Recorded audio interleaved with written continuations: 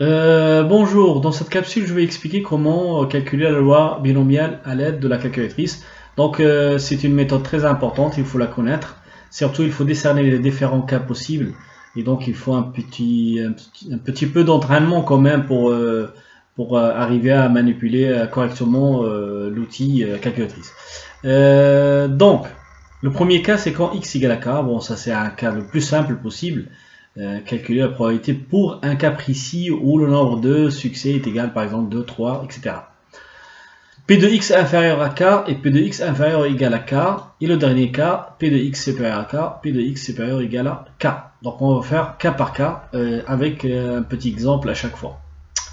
Donc, P de x égale à k. Sur la calculatrice, c'est le chemin. Donc je vais sur le menu, stat, dist, binomial et BPD. Alors, stat,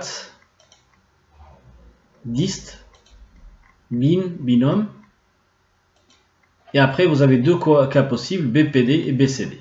Donc moi je vais choisir BPD après. Bien sûr, il faut travailler sur une loi binomiale. Donc la loi binomiale qu'on va, c'est l'exemple qu'on va prendre, c'est le même, avec n égale à 5 et 0,3 comme probabilité de succès. Donc, je vais choisir, on a dit ça. Donc, en général, attention, il y a variable, il y a liste. Nous, on va travailler avec variable. Donc, réglez votre calculatrice sur ça. Alors, le nombre, le petit k, on a dit qu'on va travailler pour, par exemple, k égale à 3. D'accord. Le nombre d'essais total, ben, c'est 5.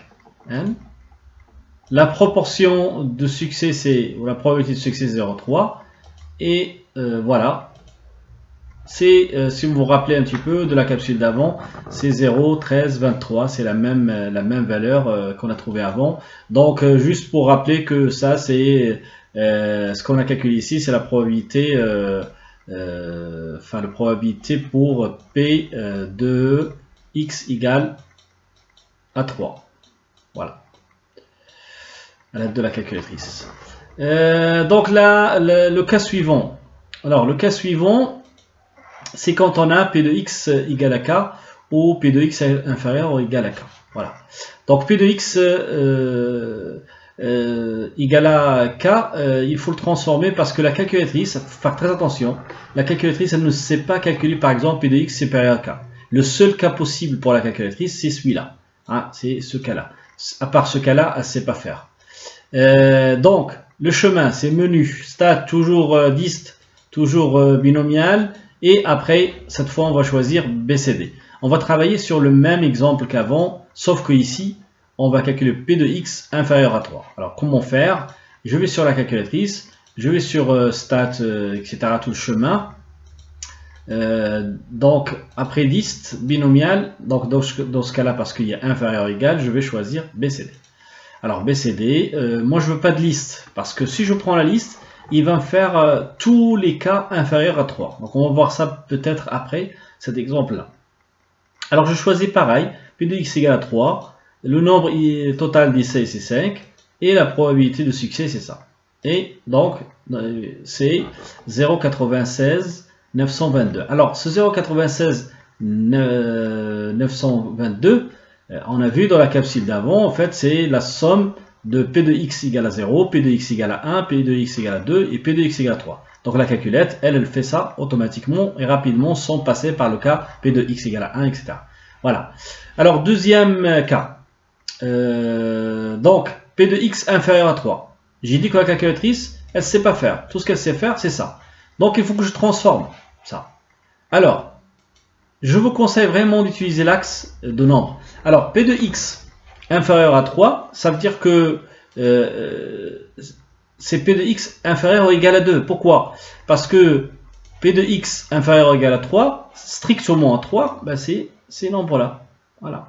Et donc, c'est P de x inférieur ou égal à 2. Hein, c'est 0, 1 et 2. Voilà. Et comme ça, je vais pouvoir calculer P de x inférieur à 3. Alors, attention, c'est très très important. Si vous ne voyez pas inférieur ou égal à 3, ça veut dire qu'il y a une transformation demandée pour calculer ce cas-là. Sinon, votre calcul, ça va être réduit en erreur. Voilà. Alors, on passe au dernier cas. Alors, le dernier cas, c'est P de X supérieur à K. Voilà. La calculatrice, elle ne sait pas faire. Ça, c'est important. Le chemin sur la calculette, c'est toujours le même. Hein. On finit par BCD. Je prends l'exemple 5,03, toujours. Alors, P de X égale à 3, j'ai dit que la calculatrice ne sait pas faire. Mais je peux faire une transformation. Alors, à l'aide de l'axe des nombres, là. Alors, P de X supérieur égale à 3. Donc, c'est 3, 4 et 5.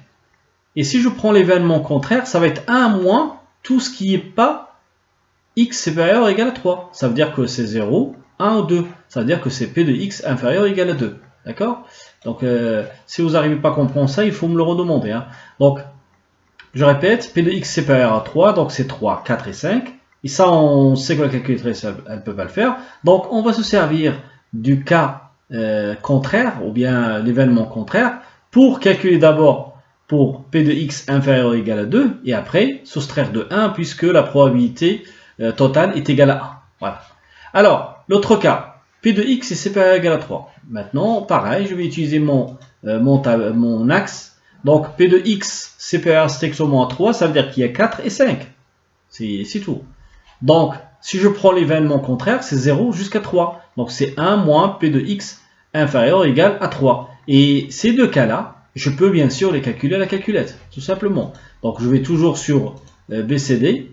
Donc, dist BCD. Je ne vais pas tout faire donc, parce que c'est la même méthode.